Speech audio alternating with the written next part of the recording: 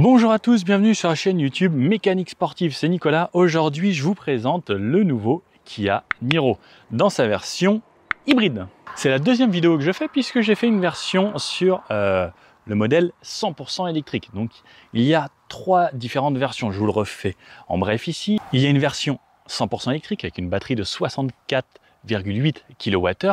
Il y a cette version hybride, simple, avec une petite batterie de 1,32 kWh. Et il y a une version intermédiaire, PHEV, donc hybride rechargeable, plug-in, qui fera 11,1 kWh, qui permettra quand même 65 km d'autonomie annoncée en WLTP par Kia.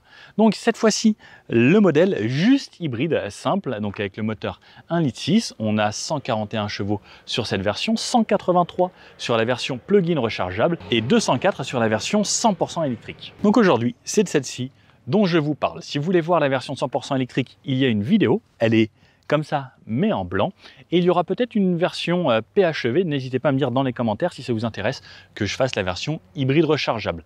Est-ce que vous êtes d'ailleurs plutôt hybride simple, hybride rechargeable ou 100% électrique?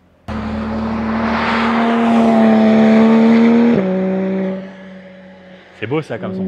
C'est la GT3 RS que dans la vidéo je vais vous parler après, qu'on croise là. Bon, au niveau des dimensions de la voiture, c'est une voiture qui fait 4,42 m de long, 1,82 m de large sur 1,57 m de haut. On a une garde au sol de 15 cm, ce qui permet de passer à peu près partout. C'est un SUV, mais plutôt urbain, mais on peut quand même passer quasiment partout. C'est une version traction. Il n'existe que des versions traction, même sur les versions PHEV ou 100% électrique. On a un rayon de braquage de 10,60 m, ce qui est plutôt correct pour ce genre de SUV.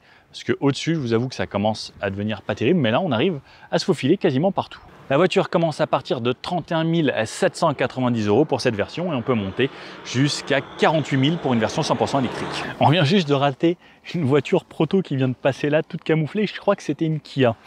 Énorme. Donc, sur la vente, cette voiture, comme on peut le voir, hein, tout est nouveau. Ils sont repartis d'une feuille blanche, ils ont tout refait comparé à l'ancien Niro. On a vraiment un vrai changement là. Je trouve qu'on a vraiment pris un nouveau coup de jeune, un coup de modernité. On a des lignes bien différentes, un capot bien plus à plat. Pareil, on n'a plus les arrondis comme avant. Le nouveau logo Kia juste ici. Sous le capot, le moteur 1,6 litre couplé à une boîte DCT6, donc boîte double embrayage, 6 rapports. Comparé à la version électrique, donc ici, on a une partie qui est différente avec un bandeau qui traverse de cette façon. On a des grilles d'aération à cet endroit-là pour aller refroidir les radiateurs et le moteur qui se trouve juste derrière. Toujours le support de plaque, le capteur ici pour les aides à la conduite avec le régulateur adaptatif. Et sur le haut, on trouvera les caméras qui nous aideront à voir la conduite de niveau 2. On a un nouveau bloc optique à cet endroit-là. Donc pareil, hein, nouvelle signature lumineuse avec cette sorte de V, on pourrait dire. Ça ressemble un peu à une sorte de racine carrée. Et cette couleur qui est reprise un petit peu sur la lame ici à divers endroits de la voiture. Des radars de stationnement ici, on n'a pas de caméra 360, seulement une caméra de recul. Alors on n'a pas en option non plus sur les rétros comme on peut avoir sur les modèles un petit peu plus haut de gamme avec l'affichage sur le tableau de bord. C'est dommage parce que ça c'est quand même un vrai plus, mais on a quand même toutes les aides à la conduite bien pratiques. Sur le côté, toujours ce côté SUV un petit peu avec ces arches ici qui font le tour des roues. Comme on peut le voir, là, tout est peint sur cette voiture. J'aime beaucoup, je l'ai dit dans la présente vidéo. Tout est peint, on n'a pas de plastique brut et c'est quand même beaucoup plus joli. Pareil, les rétros, on reprend un petit peu des formes sympas qu'on a sur les clignotants à l'avant, sur les feux de jour, etc. Donc cette partie peinte ici aussi sur le bas de la porte et on peut voir, contrairement à beaucoup de marques, ici, ce n'est pas raccordé. Donc on a une partie séparée et ensuite cette arche de roue qui est peinte en noir et on a cette partie-là. Alors ça, c'est une partie très spécifique à cette voiture puisque l'air rentre ici à l'intérieur, comme vous pouvez voir, mes doigts rentrent et ressort derrière le feu arrière. Donc ça, c'est une nouveauté de cette voiture, ça joue un petit peu pour l'aérodynamique, le CX. Et puis je pense que c'est aussi pour faire stylé parce que je ne sais pas exactement combien on peut gagner, mais pourquoi pas, c'est cool, c'est original et quand on parle de sa voiture, on fait regarde, il y a de l'air qui rentre par là. Toujours plus cool. Enfin, j'aime bien avoir des petits détails comme ça sur les voitures. De ce côté-là, on aura la trappe à essence, donc uniquement en version essence, pas de version diesel, donc EV, PHEV électrique. Poignée type frigo ici, un entourage sur le haut, enfin pas entourage, mais sur la partie haute, une sorte métallique. Ensuite, ici, c'est seulement là qu'on a des plastiques un petit peu bruts. Des jantes en 18 pouces aujourd'hui, on aura le choix, avec des jantes un petit peu plus petites en 17 pouces également. Sur l'arrière, on retrouve ces feux très élancés en forme de boomerang à cet endroit-là. Un très long feu stop qui est intégré sur le long béquet ici. Donc on a un béquet comme ça, l'antenne qui proquine, donc le troisième feu stop ici, ces feux boomerang, les clignotants sont plus bas à cet endroit-là, donc avec les réflecteurs qui reprennent un petit peu la même forme qu'à l'avant, comme on peut le voir ici avec ce V. On a le petit badge HEV, donc hybride électrique véhicule, Niro de ce côté-là, le logo Kia, la caméra de recul à cet endroit-là. Ici, sur l'arrière, tout est peint, pareil, pas de plastique brut, ça fait vraiment très quali. L'essuie-glace bien pratique, l'échappement ici, donc on le voit un petit peu en dessous, mais pas de faux sorties, pas de trucs sportifs. Une sorte de petit diffuseur ici pour donner un petit peu de style et quelque chose d'assez simple sur l'arrière, je trouve. Et les extractions d'air qu'on voit ici sur les côtés, donc qui restent lorsqu'on ouvre. Le coffre 475 litres. Donc hop, si je l'ai déjà fait dans l'autre, je vous remontre ici. Quel côté je vais mettre comme ça. Je rentre dans le coffre sans souci. On a une plage ici en tissu, alors ce qui peut être plutôt pratique parce que d'une c'est plus léger et de deux on peut remplir un peu plus le coffre et ça peut se déformer un petit peu comparé à une plage dure. Sur les côtés, j'ai de quoi ranger, par exemple, des petits trucs comme ça. On a deux trucs de contenance. Et ensuite, en dessous ici, je peux encore ranger pas mal de choses. Alors, on n'a pas de roue de secours, mais on a le caisson de basse, puisqu'on a la sonorisation Harman en dessous. Là, on aurait de quoi mettre une roue de secours ici. À vérifier, mais je pense que ça peut être en option. Pour ce qui est de l'intérieur, je vous le remonte juste brièvement. N'hésitez pas à regarder la vidéo sur la version 100% électrique qui est la même. Il y a juste une toute petite différence ici sur 2-3 petites choses. Donc les portes plastiques qui s'ouvrent très grand. J'ai une accessibilité facilitée ici à l'intérieur du véhicule. Le siège avant est réglé pour moi. Et lorsque je referme, comme vous pouvez le voir, j'ai énormément d'espace. Est-ce que les banquettes sont réglables ici? Non. Donc elles sont plutôt bien inclinées vers l'arrière, ce qui me permet d'être confortablement installé et surtout d'avoir envie de faire une petite sieste. Et surtout, là, j'ai énormément d'espace. J'ai plus d'espace que dans la version électrique, puisque j'ai pas de batterie sous le plancher. Et ça fait une grosse différence. J'y avais pas pensé, mais là, grosse différence, je suis assis beaucoup plus bas. Et c'est fou, en vrai, l'espace supplémentaire que j'ai au niveau de la tête. Et je suis vraiment très bien à cet endroit-là. Mon accoudoir ici, hop, que je vais pouvoir amener. On est pas mal ici, hein, franchement. C'est agréable. Les sièges, alors, ils n'ont pas l'air d'avoir un maintien latéral foufou. Ils sont plutôt fermes. Enfin, même niveau maintien latéral, c'est pas top. Plutôt ferme. Bah, après, on a de l'espace. C'est agréable. Ma poignée là. Ma lumière sur le haut plafonnier. Des parties plastiques sur l'arrière des sièges. Toujours les deux ports USB ici. Une prise 220 volts comme on retrouve également dans la version électrique. L'avantage de la version 100% électrique, c'est qu'on peut brancher là où on charge la voiture une sorte de convertisseur qui inverse et en fait de la voiture une prise d'alimentation jusqu'à 3000 watts. Ça, c'est vraiment un gros plus. Là, on a toujours les fixations top taser ISOFIX sur les deux sièges d'extrémité. Et cette fois-ci, on a un tunnel central ici qu'on n'a pas dans la version électrique, qui est un plancher totalement plat, mais dans la version électrique, tout ça, c'est rempli de batterie. Et bien là, ça me permet d'avoir plus d'espace au niveau des pieds. Je peux mettre mes pieds plus facilement sous le siège. Et en vrai, j'avoue qu'à l'arrière, je suis mieux dans cette version hybride que dans la version électrique. Les sièges se rabattent en 2 tiers, 1 tiers, donc la version 2 tiers de ce côté-là, plancher quasiment plat et jusqu'à 1670 litres, il me semble. Je rabats de cette façon et on dirait qu'il doit bien y avoir une façon d'incliner plus ou moins. Ok, donc on a 2 positions d'inclinaison grâce à la petite tirette là. Donc soit je suis bien incliné, soit je suis en... Ah non, 2 positions, soit un petit peu plus droit. Un petit peu plus droit sera mieux pour tous les jours.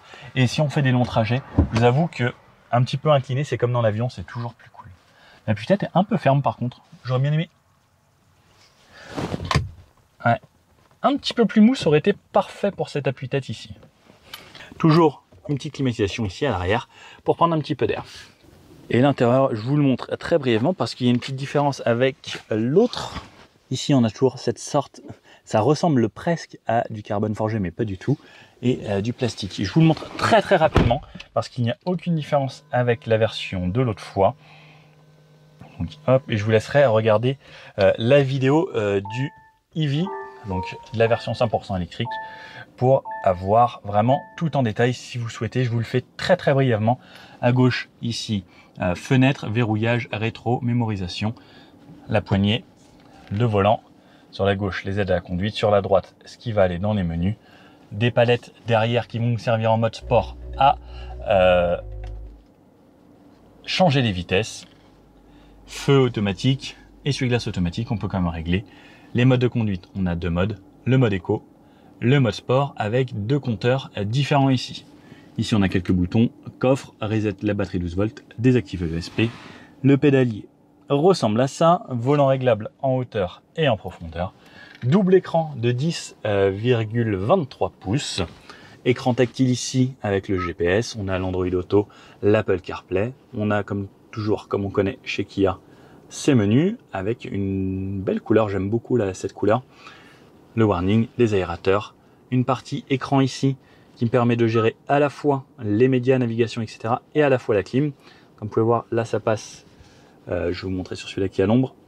Là, hop, là c'est plus du chaud ou du froid, c'est passé à autre chose. Et là c'est pareil, donc on a le bizone lorsqu'on est en climat et ensuite on règle tous les réglages. Ici, bac avec le chargeur par induction, prise 12 volts, USB, USB type C pour charger, USB pour connecter.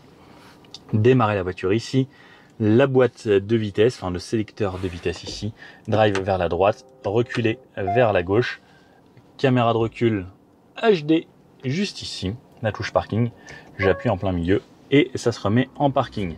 Siège chauffant, siège ventilé en option sur cette voiture, donc là on les a, volant chauffant, le auto hold pour ne pas avoir à freiner lorsqu'on est en ville, activer les caméras de parking et les bip bip.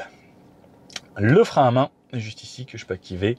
Alors ça c'est ce que j'aime toujours, c'est les porte-gobelets. Mais regardez, ce qui est bien c'est qu'on peut ranger à cette partie, on peut ouvrir ici. Pareil, cette partie là je peux l'enlever, donc ça peut me faire un très grand bac de rangement à cet endroit là. Et hop, juste à le remettre. Un coudoir ici, donc qui n'est pas réglable ni en hauteur ni en avance. On aurait pu peut-être faire un petit truc. Et ça, ce que j'adore ici, vous êtes prêts? Hop, hop. Donc, on peut sortir les porte-gobelets de cette façon. C'est quand même assez pratique. Les sièges ressemblent à ça. Donc, sièges perforés parce qu'ils sont ventilés.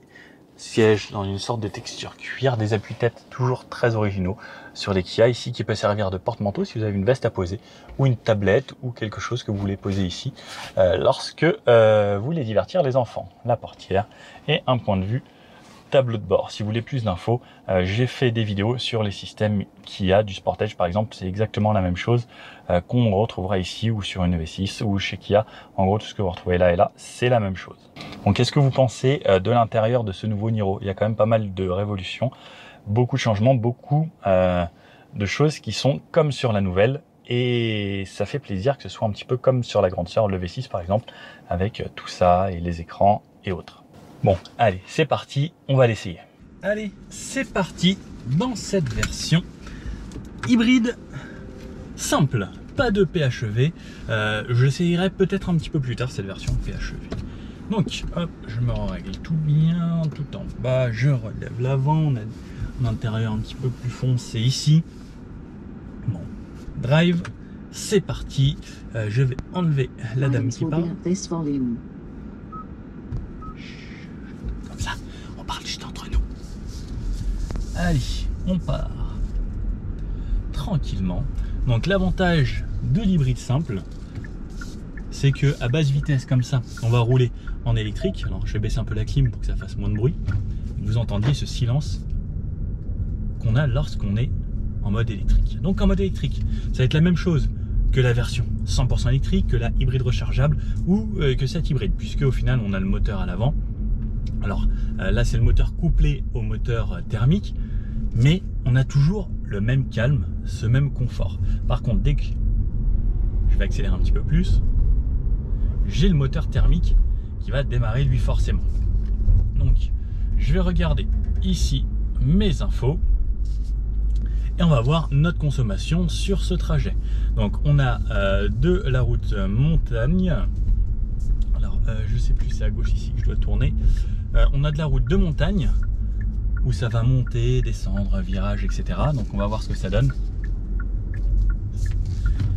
Et un petit peu de ville et un petit peu d'autoroute. Alors, ce qui est bien sur la boucle qu'ils nous ont fait aujourd'hui, c'est très rare que les constructeurs nous fassent ça. On a vraiment de tout et ça, c'est vraiment très très cool. Parce que c'est rare d'avoir beaucoup de variétés. En plus, on passe par des belles routes.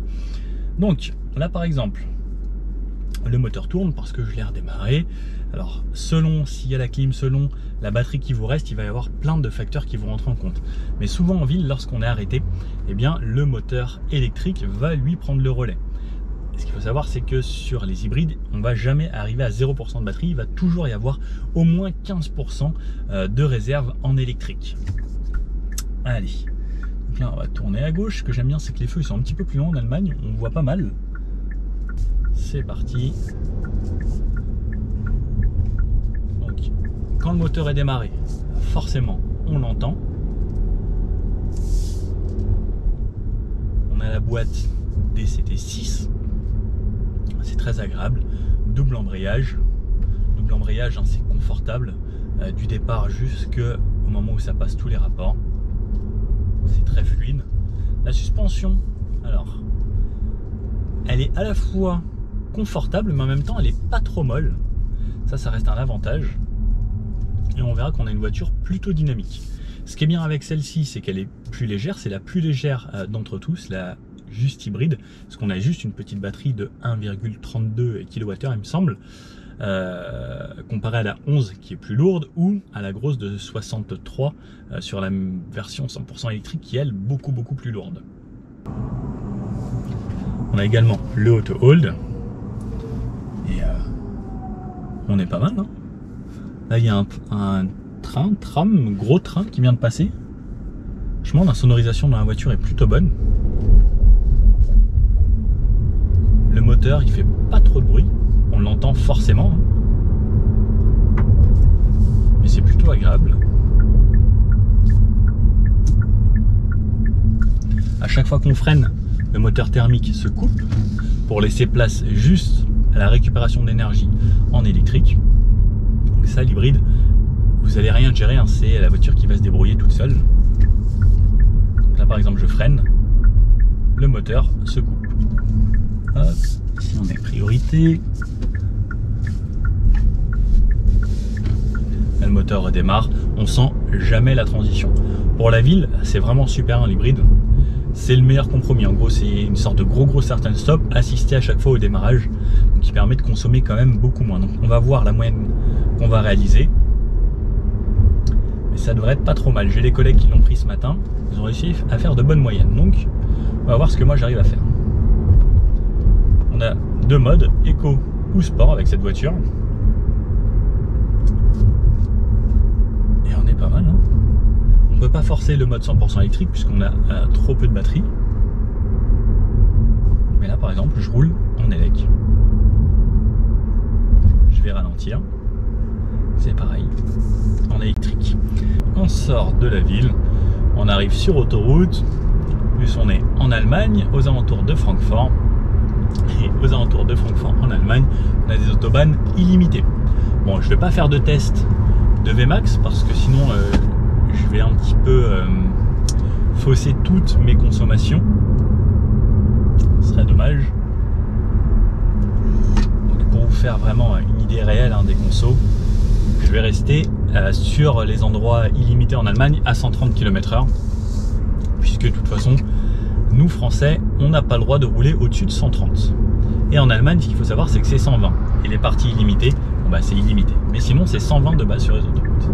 Allez, je relance. Donc là, 80. C'est agréable. Je vais relancer un petit peu parce qu'il y a du monde. Donc allez, je relance un petit peu plus fort. Donc quand on pousse à fond, forcément forcément le moteur monte haut dans les tours et on l'entend un petit peu. Allez, je vais me remettre à droite. Régulateur. Là, on a la chance d'avoir toutes les options. Je vais me mettre 120. J'ai ma conduite de niveau 2. Ça, c'est ce que j'adore. Si vous connaissez la chaîne, je touche ni aux pieds ni aux mains. Je peux même fermer les yeux. Je peux faire confiance à la voiture. Hein. Les Kia se débrouillent très très bien. Moi, j'en roule pas mal des Kia ces derniers temps. Et régulateur adaptatif plus centrage de voix, ça se débrouille très très bien. Donc allez, on va redoubler un petit peu pour se remettre à 120.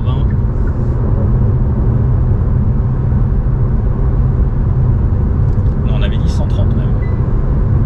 Donc là c'est de l'illimité. Alors j'avais déjà essayé la version 100% électrique. Et effectivement, là on ressent vraiment la différence entre l'électrique et une version thermique. La version thermique, j'entends le moteur. Alors, au niveau des bruits du vent, c'est kiff kiff, il n'y a pas de différence hein, au niveau de la voiture. Là on a légèrement un petit peu sur le haut du pare-brise ici. Sinon au niveau des fenêtres latérales, des rétros, c'est très très bien contenu. Mais juste un petit peu sur le haut. Sinon la voiture est confortable. Même à haute vitesse, on sent que la voiture est plutôt dynamique. Alors elle s'appuie un petit peu pour rester confortable, mais c'est pas déconnant du tout. Ça roule bien, on entend forcément donc ce petit moteur. Très légèrement des bruits de roulement, mais c'est pas dérangeant. Là la voiture elle s'est mise à 110, parce qu'on suit quelqu'un devant. À 110, on entend déjà beaucoup moins le moteur. Légèrement du bruit du vent. Tout est bien fermé. Hein. Après, avec ces aides à la conduite, ça c'est vraiment les options que je vous recommande impérativement pour moi, c'est les aides à la conduite. C'est tellement un gros plus, ça change la vie.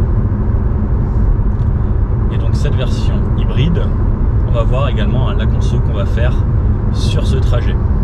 Donc là, en étant à 130 km/h, je suis en 6ème, 2500 tours minute.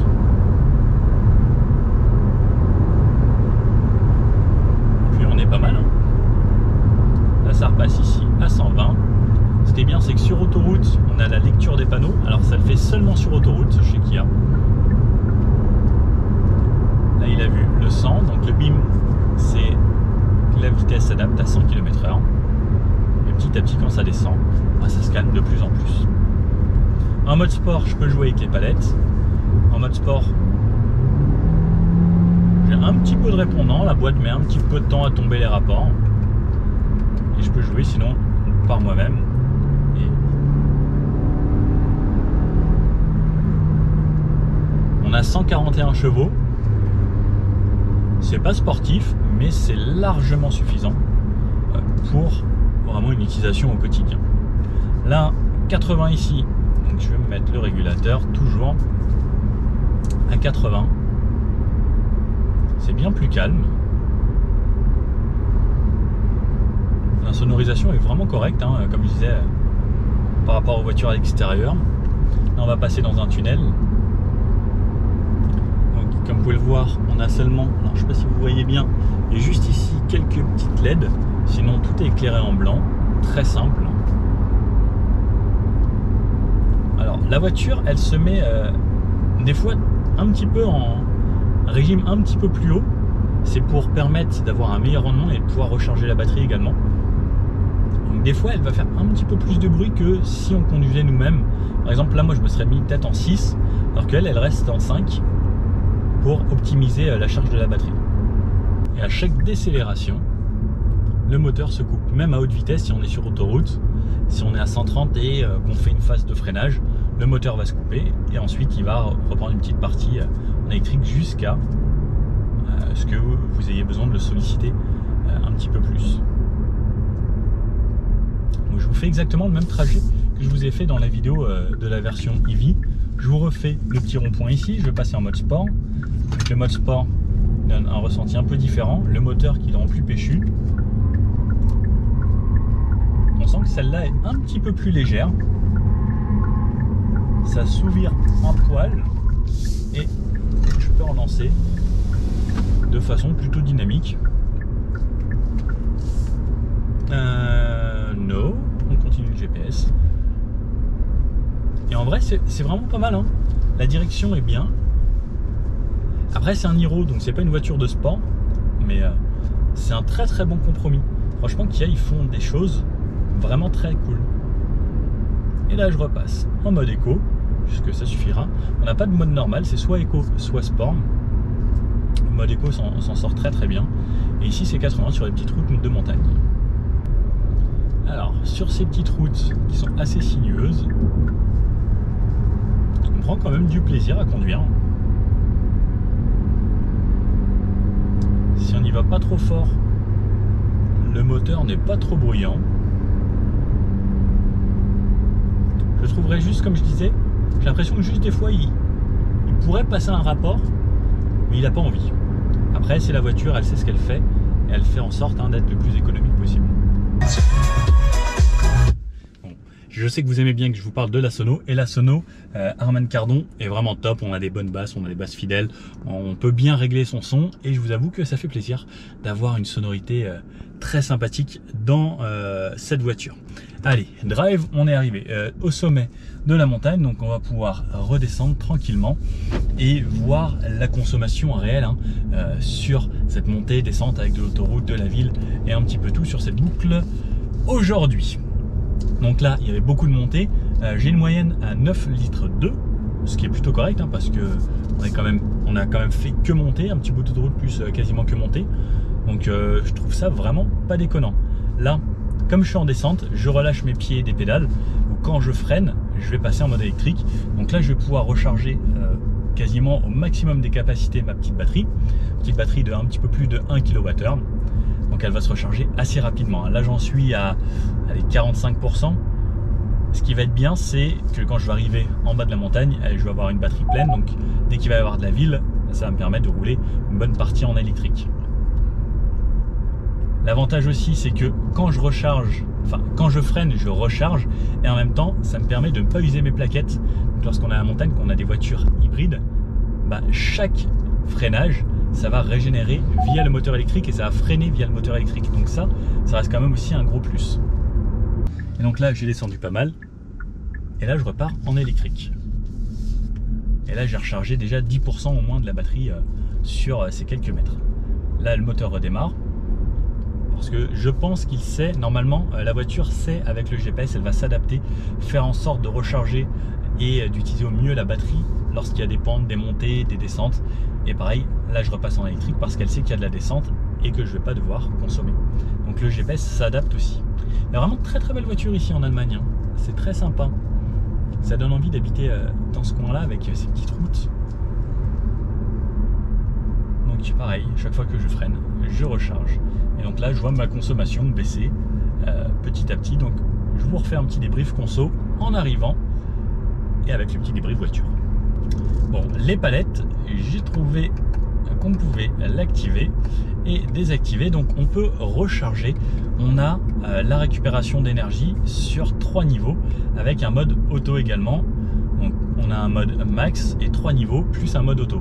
Donc le mode auto, normalement, si par exemple j'accélère et qui suit une voiture devant, il va s'adapter à peu près. Ok, c'est pas trop mal. Ce qui est bien donc, c'est que je peux gérer au final ma récupération d'énergie. Donc passer d'un mode roue libre qui récupère toujours un petit minimum, mais on a un roue libre quasiment parfait avec une minime récupération qui va permettre de recharger tout doucement. Et je vous avoue qu'au final, le fait d'avoir les palettes, c'est quand même un plus. J'avais pas réussi à l'activer jusqu'à là. Donc par exemple, quand on est sur des routes de montagne comme ça, ça va me permettre de jouer juste avec mon pied droit. Et si j'anticipe bien, de quasiment jamais freiner. Plus comme j'ai le GPS, je sais où il y a des virages et autres. Donc avec une bonne anticipation, ça devrait le faire.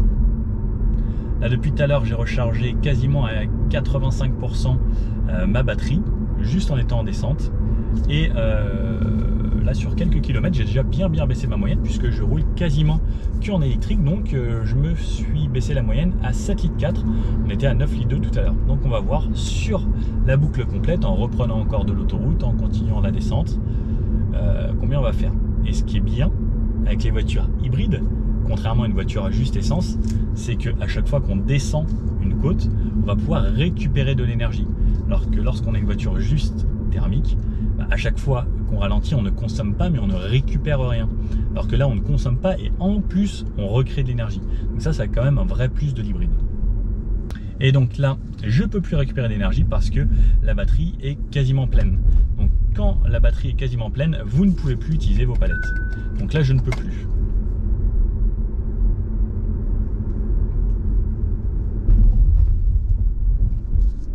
Et ça, donc on ne peut pas récupérer plus d'énergie parce que on ne peut pas remplir une pile plus que lorsqu'elle est déjà pleine. Et là, l'avantage, c'est que je peux rouler en ville, en électrique, une bonne partie de la ville. Je pense même que je vais pouvoir traverser quasiment toute la ville en 100% électrique.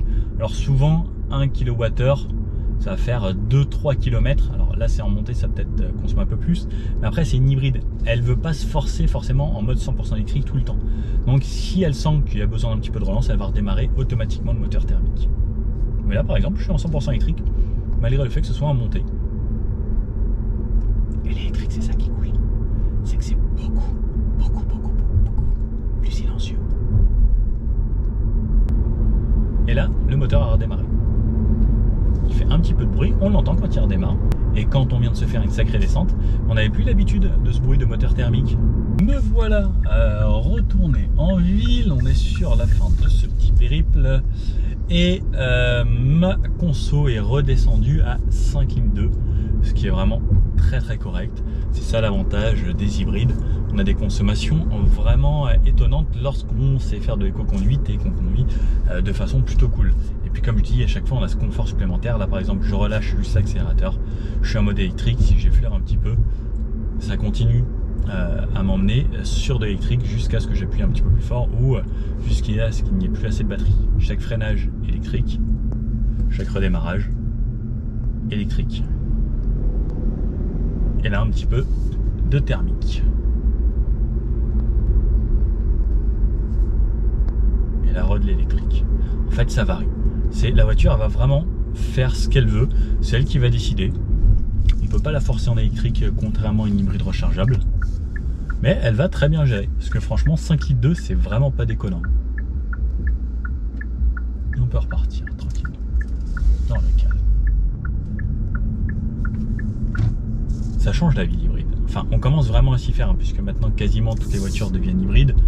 Beaucoup deviennent hybrides rechargeables et petit à petit ça va devenir la norme en hybride rechargeable en attendant que ce soit l'électrique 100% électrique qui passe quasiment partout parce qu'on nous l'impose un petit peu. On va pas se le cacher. Je pense qu'on va être forcé rapidement à avoir que de l'électrique un petit peu partout. Alors c'est bien et c'est pas bien. Après ça dépend vraiment des conditions et de chaque personne parce que pour certains l'électrique ça va être au top, un petit collègue, et pour d'autres ça va pas du tout convenir.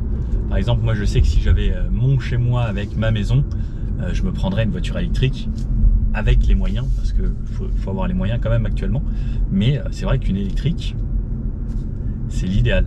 Alors certes pour partir en vacances sur les très longs trajets ça reste pas encore forcément ce qu'il y a de mieux parce que ça consomme plus sur autoroute et les bandes de recharge il y en a un petit peu mais pas tant que ça.